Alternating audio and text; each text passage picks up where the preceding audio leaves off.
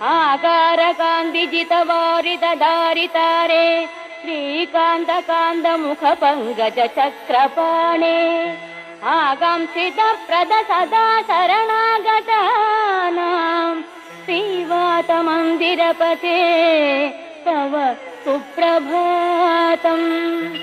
श्रीराजमानसुमनो मकुटाग्ररत्ननीराजिताङ्घ्रियुग भक्तजनैकबन्धो नारायणाच्युत हरे भगवन्मुरारे श्रीवातमन्दिरपते तव सुप्रभातम्। भूलोकवासि जनपुण्यफलेन नृणामालोकनाय गुरुवायुपुरेऽभिरामे त्रैलोक्यनायक विभो त्वमिह विरासिः श्रीवातमन्दिरपते।